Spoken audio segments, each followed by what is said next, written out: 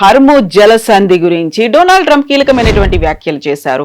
Iran ఉన్నా లేకపోయినా Hormuz జలసంధిని మేము ఆపరేట్ చేస్తాము అనేటువంటి వ్యాఖ్యలతో పాటుగా మరికొద్ది గంటల్లో ఇస్లామాబాద్ లో చర్చలు జరగబోతున్నాయి. దానికి అమెరికా ఉపాధ్యక్షుడు జెడీ వాన్స్ తో పాటుగా ప్రతినిధుల బృందం బయలుదేరి వచ్చింది. బట్ ఇరాన్ నుంచి ఎవరు వెళ్తున్నారు, దానికి సంబంధించినటువంటి అఫీషియల్ ఇన్ఫర్మేషన్ ఇప్పటిదాకా రాలేదు. మరి అమెరికా ప్రతినిధి బృందం ఎవరితో చర్చలు జరపబోతోంది? మనతో పాటుగా ఉన్నారు సీనియర్ జర్నలిస్ట్ సురేష్ కొచ్చతిల్ గారు. సార్ నమస్తే. మరి కొద్ది గంటల్లోనే శనివారం ఉదయం పాకిస్తాన్ ఇస్లామాబాద్ లో టాక్స్ అనేవి జరగబోతున్నాయి. దానికి అన్ని ఏర్పాట్లు చేశామని పాకిస్తాన్ అనౌన్స్ చేసింది. ఆల్రెడీ ఎలా ఏర్పాట్లు ఉన్నాయో చూడడానికి అమెరికా నుంచి బృందం వచ్చింది. నెక్స్ట్ ఇప్పుడు ప్రతినిధుల బృందం కూడా బయలుదేరింది. Then what about Iran? Iran accept చేసిందా? అసలు ముందుకొస్తోందా? ఇప్పుడు మెహర్ న్యూస్ ఏజెన్సీ, ఇరాన్ లో అఫీషియల్ న్యూస్ ఏజెన్సీ, వాళ్ళు ఒక ట్వీట్ చేశారు. Reports of Iran negotiating team entering Islamabad are false అని చెప్పి వాళ్ళ ఫాల్స్ న్యూస్ ఏజెన్సీ అని ఇంకోటి మన ఐఆర్జీసీ వాళ్ళ న్యూస్ ఏజెన్సీ, అది వాళ్ళని కోట్ చేసి వీళ్ళు అంటున్నారు. తెలుగులో చెప్పాలంటే బేసిక్లీ సమ్ మీడియా అవుట్లెట్, కొన్ని మీడియా అవుట్లెట్స్ ఏం చెప్తున్నారంటే మా నెగోషియేటింగ్ టీమ్ ఇస్లామాబాద్ చేరుకుంది అండ్ వాళ్ళు యుఎస్ అఫీషియల్ తోని చర్చలు నడబోతున్నారు, దానికి తయారవుతున్నారు. It is completely false. Negotiations remain suspended until United States upholds its commitments regarding ceasefire in Lebanon and the Israeli regime stops its attacks. అంటే ఈ లెబనాన్లో జరిగే దాడులు, ఇజ్రాయెల్ చేస్తున్న దాడిని ఆపాలి మొత్తంగా. దాంతోపాటు ఈ ఇజ్రాయలీ రెజీమ్ని కూడా అరికట్టాలని చెప్తున్నారు. That is the main thing వీళ్ళు చెప్తున్నారు. కానీ కవిత గారు, దీనికన్నా పెద్ద స్టోరీ ఒకటి. నేను ఇవాళ పొద్దున ఒక అమెరికన్ న్యూస్ ఛానల్ చూశాను. ఎందుకు పాకిస్తాన్ రోల్ దీంట్లో వచ్చింది చాలా మటుకు. వై పాకిస్తాన్? తో ఈ చర్చలు మొదలైనప్పుడు పాకిస్తాన్ లేకుండే దీంట్లో. ఈ చర్చలు మొదలయ్యే ముందు కవిత గారు ఒక చాలా యూనిక్ సీన్ జరిగిందంట. ఫస్ట్ అమెరికా కనుక్కున్నారు ఎవరు ఈ చర్చల్ని మీడియేట్ చేయాలని, అంటే నడిమిట్లు ఎవరన్నా ఉండాలి కదా. సో ఫస్ట్ ఆప్షన్ ఒమాన్, ఎందుకంటే ఒమానే చర్చలు జరిపారు ఎప్పటి నుంచో. లాస్ట్ ఇయర్ మీకు గుర్తుంటుంది, జూన్లో జరిగిన చర్చల తర్వాత ఆల్మోస్ట్ ఒక ఒప్పందానికి వచ్చేసారు జెనీవాలో. ఒకవైపు ఇరానియన్ డెలిగేషన్, ఇంకోవైపు ఒమానీ డెలిగేషన్ ఒక డ్రాఫ్ట్ రెజల్యూషన్ తయారు చేసుకున్నారు. ఇరానియన్ లీడర్షిప్, అప్పుడు ఖమెనీ ఉండే ఆయన వాళ్ళు అప్రూవ్ చేశారు. Everything was ready. ఆ రోజు రాత్రి నెక్స్ట్ డే అమెరికా బాంబ్ వేశారు ఇరాన్ మీద, ఇజ్రాయెల్తో సహా. అది పోయింది. తర్వాత జూన్లో జరిగిన దాని తర్వాత ఈసారి ఫిబ్రవరి ఫస్ట్ వీక్లో జెనీవాలో మళ్ళీ నెగోసియేషన్స్ మొదలైంది. దాంట్లో చాలా క్లియర్గా ఆ నెగోసియేషన్లో మళ్ళీ ఇరాన్ చెప్పారు, లాస్ట్ టైం మేము ఇక్కడ కూర్చున్నాం, మా మీద అక్కడ బాంబు వేశారు, ఈసారి ఏర్ కాదంటే Oman give an assurance saying nothing will happen. కానీ చూడండి అక్కడ కూడా అదే జరిగింది. ఆల్మోస్ట్ వాళ్ళు ఒక యురేనియం గురించి కూడా చాలా మటుకు దే వాక్ డౌన్, చాలా మటుకు అగ్రీ చేశారు ఇరాన్. కానీ ఫిబ్రవరి 28 తారీఖు బాంబు వేశారు మళ్ళీ. తో ఈసారి ఒమాన్ అన్నారు we're not getting in to it, నేను దీంట్లో రావట్లేదు, ఎందుకంటే మేము ఎప్పుడు మాట్లాడినా కానీ దాని తర్వాత బాంబు వచ్చి పడుతుండే. తో అమెరికా ఈజిప్ట్ దగ్గర అడిగారు, ఈజిప్ట్ అండ్ టర్కీ. సో దీంట్లో కండిషన్ ఒకటి ఉండే, ఈ మీడియేటింగ్ నేషన్ ఇస్లామిక్ నేషన్ ఉండాలి. దానికోసం కొంతమంది జయశంకర్ గారి దగ్గర అడిగారు, మనం ఇండియా ఎందుకు వెళ్ళట్లేదు అంటే, we don't want to get in to it, this a messy affair. పాకిస్తాన్కి పబ్లిసిటీ కావాలి, వాళ్ళు చేసుకుంటున్నారు, చేసుకొనియండి. ఈజిప్ట్ దగ్గర వెళ్తే ఈజిప్ట్ ఏం చెప్పారంట, అంత బాగానే ఉంది, వీఆర్ రెడీ, మేము మీ 1 స్టెప్ వెనక ఉంటాం, మీరు ముందు ఉండండి అని చెప్పారంట. ఎవరు ఉంటారో వాళ్ళని ఫస్ట్ పెట్టండి, మేము విల్ బీ బిహైండ్ యూ. ఎందుకంటే ఈజిప్ట్ చెప్పారంటే, మేము we share a border with Israel. రేపు ఈ చర్చల్లో ఏదైనా జరిగింది అనుకోండి, తప్పు జరిగితే ఇజ్రాయెల్ మా మీద కోపం తీర్చుకుంటారు. We don't want to get in to it. టర్కీని అడిగారు.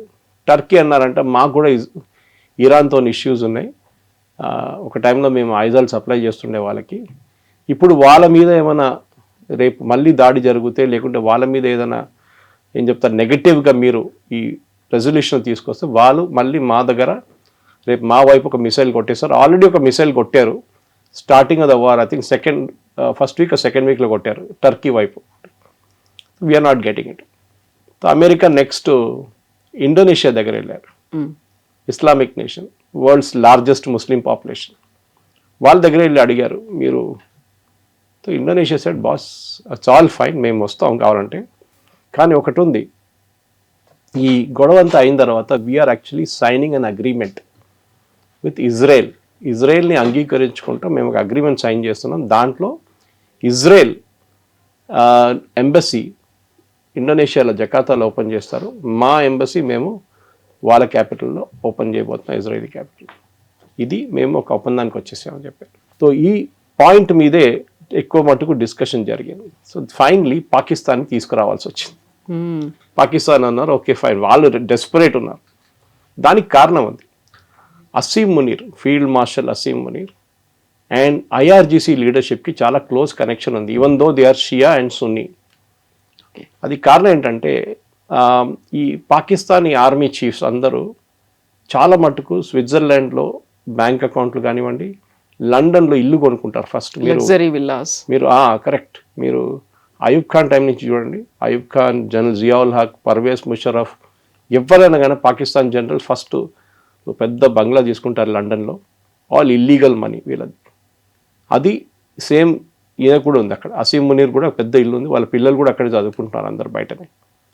సో సేమ్ టైం ఐఆర్జీసీ కూడా అదే connection. That is what first second వీక్లో ఒక స్టేట్మెంట్ ఇష్యూ చేశారు యుఎస్, సేయింగ్ దట్ వీళ్ళది ఇల్లీగల్ డీలింగ్స్, వీళ్ళ డబ్బులు అంతా ఉంది చూడండి, అది కూడా పట్టుకోవాలి. ఐఆర్జీసీ అనేది మనం అనుకుంటాం కవిత గారు, దట్ ఒక సెక్యూరిటీ ఫోర్స్ అని అనుకుంటాం మనం, ఒక ఆర్మీ లాగా కాదు. వాళ్ళ ఆర్మీ ఈజ్ ఓన్లీ అబౌట్, వాళ్ళ ఆర్మీ చేసే పని ఒక 50% అంతే, మిగతా 50% వాళ్ళు కాంట్రాక్ట్లు చేస్తారు. వాళ్ళు మన దగ్గర బ్రిడ్జ్లు కడతారు చూడండి, రోడ్లు వేస్తారు, పోర్ట్స్ కడతారు, ఎయిర్పోర్ట్లు కడతారు, ఇది ఐఆర్జీసీ పని. ఇరాన్ టోటల్ జీడిపిది 40% ఐఆర్జీసీ దగ్గర ఉంది. So IRGC has got huge amount of money and వాళ్ళ జనరల్స్ అందరూ యాజ్ యూజువల్ లండన్లో, ప్యారిస్లో అంతా ఇల్లు కొనుక్కుంటారు, వీళ్ళు కూడా అంతే. So Asim Munir and IRGC chief నడిమిట్లో చాలా మంచి సంబంధాలు ఉండే, but that gentlemen got killed in the first day. ఆ రోజు బాంబింగ్ జరిగినప్పుడు చనిపోయారు ఆయన. కానీ యుఎస్ ఆయనకి నమ్మారు, ఆ అసీం మునీర్ చెప్పారు you take the lead, Shahbaz షరీఫ్ని ముందు పెట్టండి, ఎందుకంటే ఆర్మీ అని పెట్టంగానే కొంతమందికి నచ్చదు. సో ఇప్పుడు Shahbaz Sharif in the front. Shahbaz Sharif ముందుకు వచ్చారు, మనకు తెలిసింది after that it's all history. దీంట్లో ప్రాబ్లం ఎక్కడ స్టార్ట్ అయిందంటే, ఇప్పుడు ప్రెసెంట్లీ ఇరాన్ డెలిగేషన్ ఎందుకు వెళ్ళట్లేదంటే, ఈ రెజల్యూషన్, వీళ్ళొక రెజల్యూషన్ పాస్ చేశారు చూడండి, వాళ్ళు అమెరికాకి పంపించారు, అది వాళ్ళ రీజనల్, వాళ్ళ సెక్యూరిటీ కౌన్సిల్ అప్రూవ్ చేసింది ఇరాన్ని. సో నిన్న జేడీ వ్యాన్స్ గారు మాట్లాడుతూ అన్నారు, ఆ పర్టికులర్ 10-point ఫార్ములా చాట్ జీపీటీలు తయారు చేశారు వీళ్ళు ఇరాన్ వాళ్ళు, మేము దాన్ని అట్లనే చించేసి పడేసాం డస్ట్బిన్లో అని చెప్పేసి. Actually Caroline Leavitt second and that ఆమె చెప్పింది ఆ రోజు అనమాట. వాళ్ళు పంపించిన దాన్ని మేము కన్సిడర్ చేయలేదు, అది ఎప్పుడో డస్ట్బిన్లోకి వెళ్ళిపోయింది. That is the first draft. Second one మళ్ళీ అసీం మునీర్ చెప్పారంట, అండ్ అసీం మునీర్ టోల్డ్ షబాజ్ షరీఫ్ మీరు వెళ్ళి ఇంకో కాపీ తీసుకురండి వాళ్ళ దగ్గర, ఈసారి కొంచెం మంచిగా రాయమని చెప్పండి. Iran gave us second 10-point thing, అది అమెరికా దగ్గర వచ్చింది. ప్రెసిడెంట్ ట్రంప్ చూశారంటే ఆయనకు నచ్చింది. That's why he said it is a workable solution, దాని మీద మాట్లాడదాం. ఆ దాంట్లో ఈ లెబనన్ గురించి మెన్షన్ లేదు. యాక్చువల్లీ లెబనన్ ఎక్కడ లేదు, లెబనన్ చెప్పట్లేదు, మాది రెసిస్టెన్స్ ఫోర్సెస్ మీద కూడా దాడి చేయకూడదు. మా మీద దాడి చేయడం ఒకటే కాదు, రెసిస్టెన్స్ ఫోర్సెస్ అంటే హూతీ, హమాస్ అండ్ హెజ్బుల్లా, వీళ్ళు ముగ్గురు మీద దాడి చేయకూడదు. బట్ ట్రంప్ సేస్ అట్లాంటి నా అగ్రిమెంట్లో ఎక్కడ లేదు, ఆ 10 points నాకు ఇచ్చిన దాంట్లో ఎక్కడ లేదు అంటున్నారు. పాకిస్తాన్ వాళ్ళకేమిచ్చారో మాకేమిచ్చారో మాకు తెలియదు. Just know as we speak, before మన ఈ ఇంటర్వ్యూ మొదలయ్యే ముందు ట్రంప్ ఒక కొత్త CBS న్యూస్లో వచ్చిన న్యూస్ చూశాను. వాళ్ళు అంటున్నారు కాదు, ట్రంప్ అబద్ధం చెప్తున్నారు, it was there in the thing. Israel కోసం, ఇజ్రాయెల్ని కొంచెం హ్యాపీగా పెట్టుకోవడానికి ఆయన అన్నారంట. అది నౌ ఎవరు అబద్ధం చెప్తున్నారు ఇప్పుడు చాలా క్లియర్ అయిపోయింది, ఇట్ వాస్ ట్రంప్. కానీ ఇదే టైంలో మీరు చూసుంటారు, ఈ ఒప్పందం అని చెప్పి ఏదైనా ఒక పేరు చెప్దాం దానికి, సీజ్ ఫైర్ అనే అగ్రిమెంట్కి వచ్చినప్పుడు నిన్న పొద్దున ఇజ్రాయెల్ ఏం చేశారంటే బేరూట్ అండ్ చుట్టుపక్కల ఉన్న ఏరియాస్లో బాంబింగ్ 100 sites బాంబ్ చేశారు.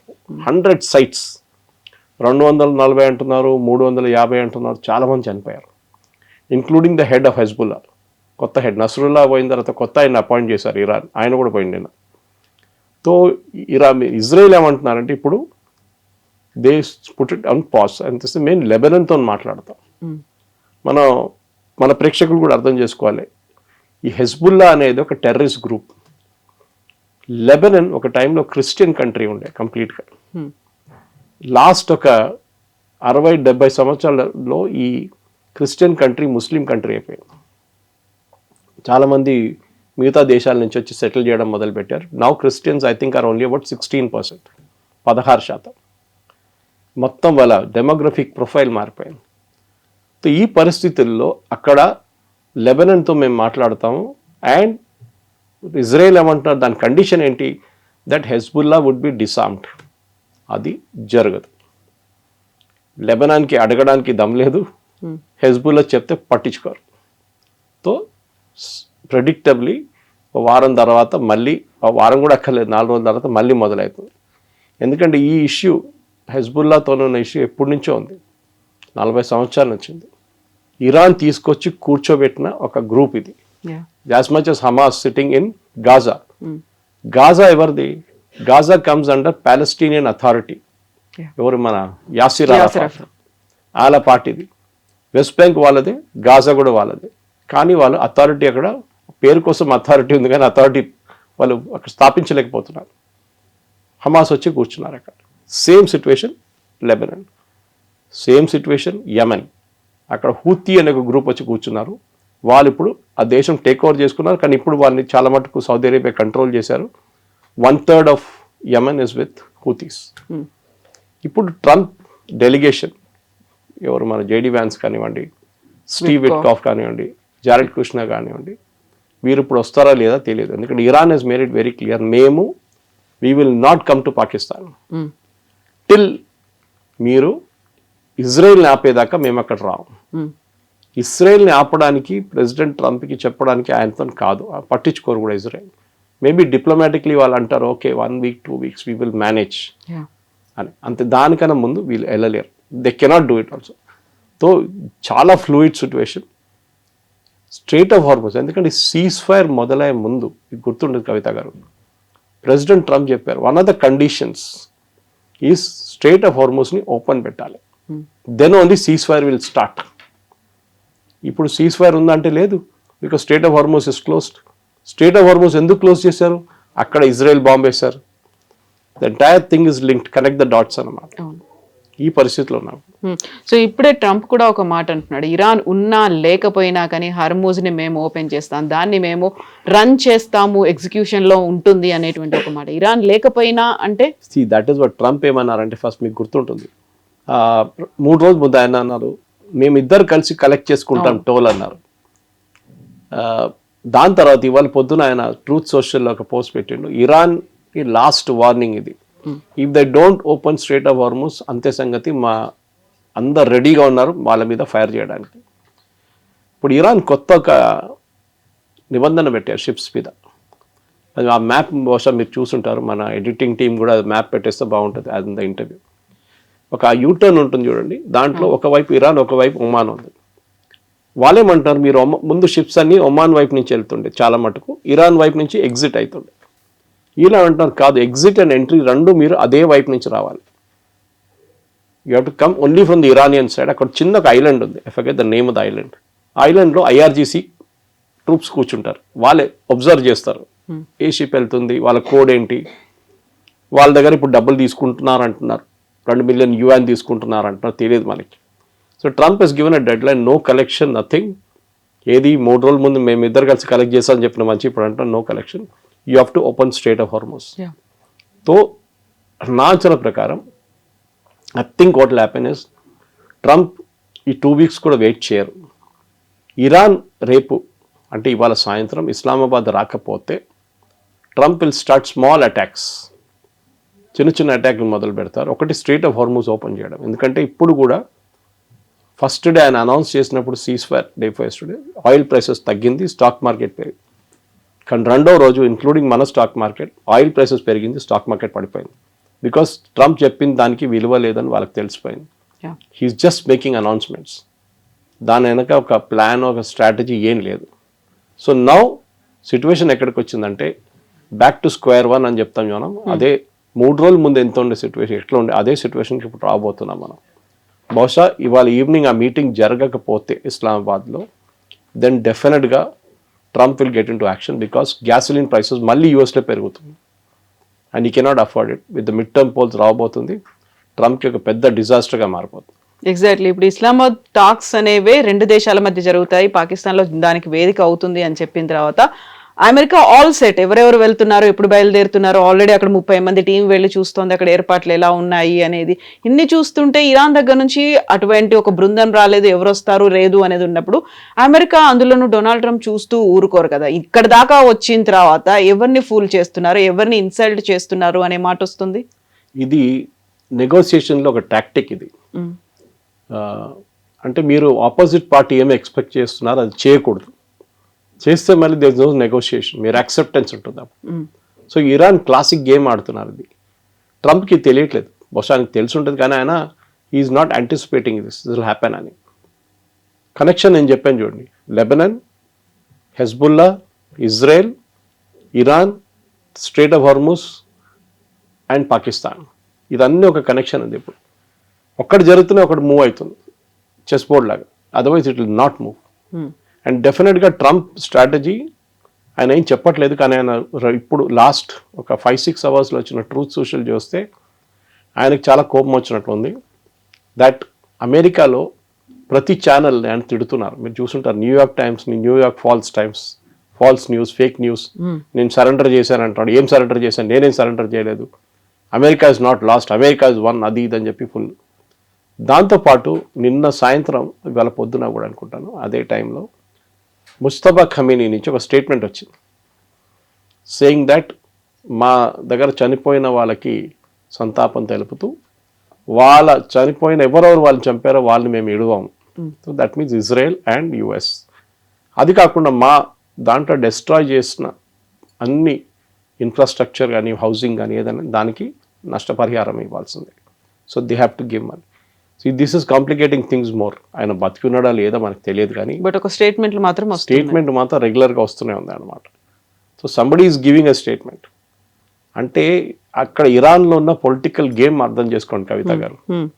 He's indirectly telling IRGC, boss I'm your boss, so మీరు నా మాట వినాల్సిందే, don't go and negotiate directly with US. ఇరాన్లో ఒక హార్డ్ కోర్ గ్రూప్ ఉంది, ఇస్లామిస్ట్ గ్రూప్, ఐఆర్జీసీలోనే. వాళ్ళు అమెరికాతో ఏ ఒప్పందానికి అగ్రీ చేయరు. They will not, as long as అటువైపు ఇజ్రాయెల్ కూర్చున్న దాకా.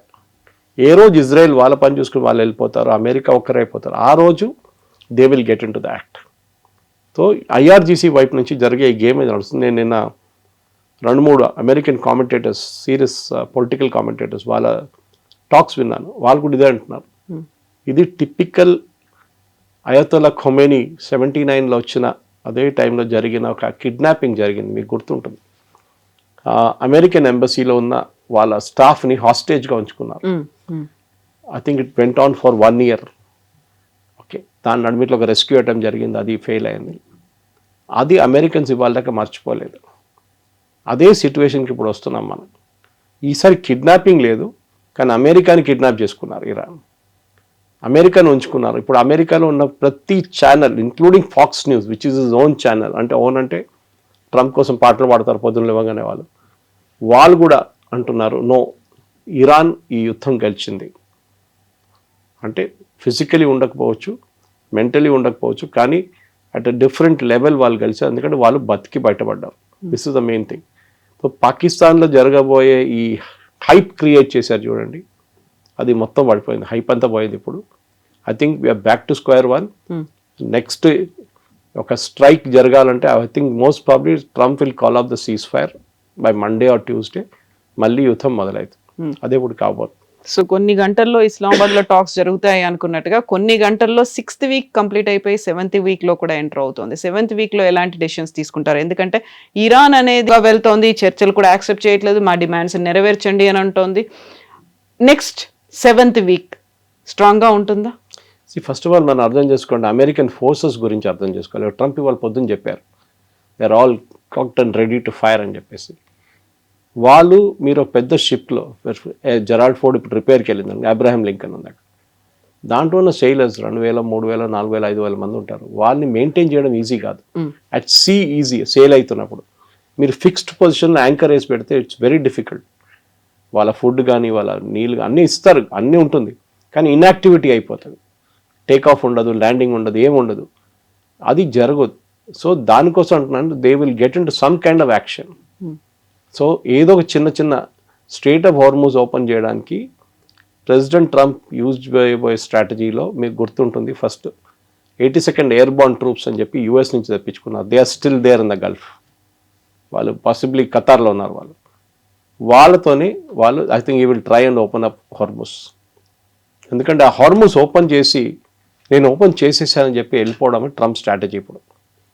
అదర్వైజ్ ఆయనకి ఇంకే స్ట్రాటజీ లేదు. బికాస్ ఇరాన్ యురేనియం లేదని ఆయనకు కూడా తెలుసు, డస్ట్ అయిపోయిందని ఆయనకు తెలుసు, వాళ్ళ మిసైల్ కేపబిలిటీ మొత్తం పోయిందని, వాళ్ళ డ్రోన్ కేపబిలిటీ పోయింది, రేపు వస్తే కూడా మళ్ళీ వెళ్ళి కొట్టచ్చు దాన్ని. కానీ హార్మూస్ ఇప్పుడు ఓపెన్ చేయకపోతే, ఇన్ఫ్యాక్ట్ ఇవాళ పొద్దున ఒక క్యాన్బెరా ప్రొఫెసర్ ఆయన ఆస్ట్రేలియన్ టీవీలో మాట్లాడి చెప్పారు, సప్లై చైన్, మన కోవిడ్లో సప్లై చైన్ ఎట్లా ఎఫెక్ట్ అయింది మనకి, ప్రతి చైనా నుంచి రావాల్సిన ప్రతి కెమికల్ కానీ, ప్రతి చిప్ కానీ, ప్రతి ఎలక్ట్రానిక్ ప్రోడక్ట్ కానీ మొత్తం చైనా బ్లాక్ చేసి పడేశారు. This something very similar happening here. It is not just crude oil, మన అందరు crude oil, diesel, petrol, gas అనుకుంటున్నాం, కానీ పెట్రోకెమికల్స్, ప్లాస్టిక్ బాటిల్స్ తయారు చేసే కావాల్సిన ప్రోడక్ట్ కూడా ఆగిపోయినాయి. యూరోప్లో దిస్ అ మేజర్ ప్రాబ్లం. నాకు ఇవాళ జర్మనీ నుంచి ఒక ఆయన ఒక టెక్స్ట్ పంపించి మీకు ఫార్వర్డ్ చేశాను నేను. చాలా దారుణమైన పరిస్థితి. ఇండియన్ అక్కడ ఇంకొక అబ్బాయి మొన్న ఫోన్ చేసి అంటున్నాడు, సార్ ఇక్కడ మీరు బిలీవ్ చేయరు, eggs are become double the price.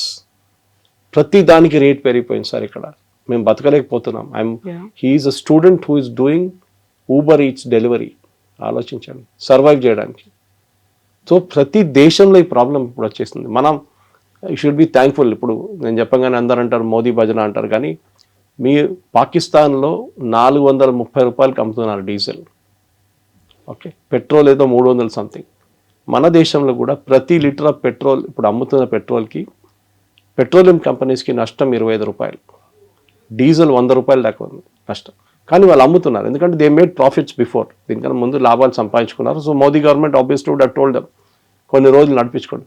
కానీ ఎన్ని రోజులు నడిపించుకుంటారు? ఇవాళ మనకు ఒక ఎల్పిజి 45,000 కెపాసిటీ ఉన్న ఎల్పిజి షిప్ వచ్చేస్తుంది మన దగ్గర. కానీ it's very very difficult to run this. President ట్రంప్కి ఇటో అటో ఏదో ఒక నిర్ణయం తీసుకోవాల్సి వస్తుంది. He has to take a call. ఎందుకంటే ఈ పాకిస్తాన్ చేసే టాక్స్ ఇదంతా జస్ట్ డ్రామా. డిసిషన్ ఇప్పుడు టైం వచ్చేసింది. He will also like to, as ఇంగ్లీష్లో చెప్తారు, go out in a blaze of glory అని. అంతా కొట్టి పడేసి ఒక ర్యాంబో స్టైల్లో హీ విల్ వాక్అవుట్. అదే బహుశా జరగబోతుంది. Because Iran will not move. వాళ్ళ పొజిషన్స్ నుంచి వాళ్ళు మూవ్ కారు. వాళ్ళు చాలా క్లియర్గా చెప్పారు, మా uranium enrichment we will not stop, మా missile production we will not stop, మా డ్రోన్ ప్రొడక్షన్ మేము ఆపము. ఈవెన్ దో వాళ్ళ బేసిక్ ఇన్ఫ్రాస్ట్రక్చర్ మొత్తం ధ్వంసం అయిపోయింది. వాళ్ళ దగ్గర one of the world's largest steel factories ఉండే, కవిత గారు, దాన్ని కొట్టారు లాస్ట్ వీక్. మొత్తం కంప్లీట్ డిస్ట్రాయ్ చేసేసారు. వాళ్ళు మళ్ళీ అది ప్రొడక్షన్కి తీసుకురావాలంటే మినిమం 4 years పడుతుంది. ఇంత జరిగినా కానీ నిన్న కూడా వాళ్ళు సౌదీ అరేబియా వ్యతిరేకంగా మిసైల్స్ కొట్టారు. వాళ్ళ 11 ఐలాండ్ మీద టార్గెట్ చేశారు ఇజ్రాయెల్, దాని వ్యతిరేకంగా అక్కడ కొట్టారు. So Iran is not stopped, Iran is not done, కానీ they are on the last legs. So president ట్రంప్కి చాలా క్లియర్గా తెలుసు, నెగోసియేషన్ ఇస్ అ టాక్టిక్. నేను వాళ్ళకు ఒక ఆపర్చునిటీ ఇచ్చాను, వాళ్ళు రాలేదు, వాళ్ళు మమ్మల్ని హిట్ చేస్తారు, మమ్మల్ని అటాక్ చేస్తారు, నేనేం చేయాలి?